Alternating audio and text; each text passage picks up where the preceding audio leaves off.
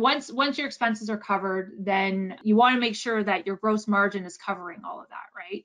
Generally, if you've attended anything by Gary Pica, or if you've attended anything by Paul Dipple, I'm actually working on a boot camp right now for next month that is focused on a little bit this specifically. It's this concept of a burn rate. It's this concept of what Gary Pica calls an MSP turning point.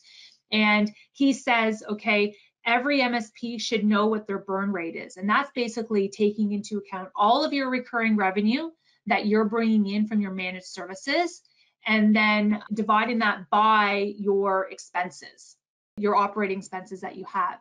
And if you're less than 1, meaning that your expenses are too much, are more than your recurring revenue, or you're not bringing in enough recurring revenue to cover your expenses, then you want to look at, okay, what are the levers of my MSP business that I can affect to kind of move that burn rate into a more positive direction? So I'm kind of doing a whole boot camp around that.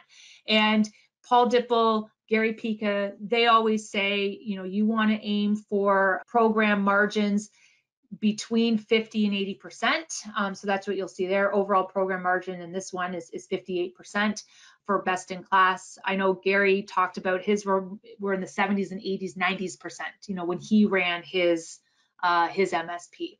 But it's definitely something you want to look into, and you don't want to be afraid to charge appropriately for your programs. And I think that's something that a lot of MSPs are still struggling with building in a healthy gross margin into their programs, and then being able to have the confidence to sell it at that level.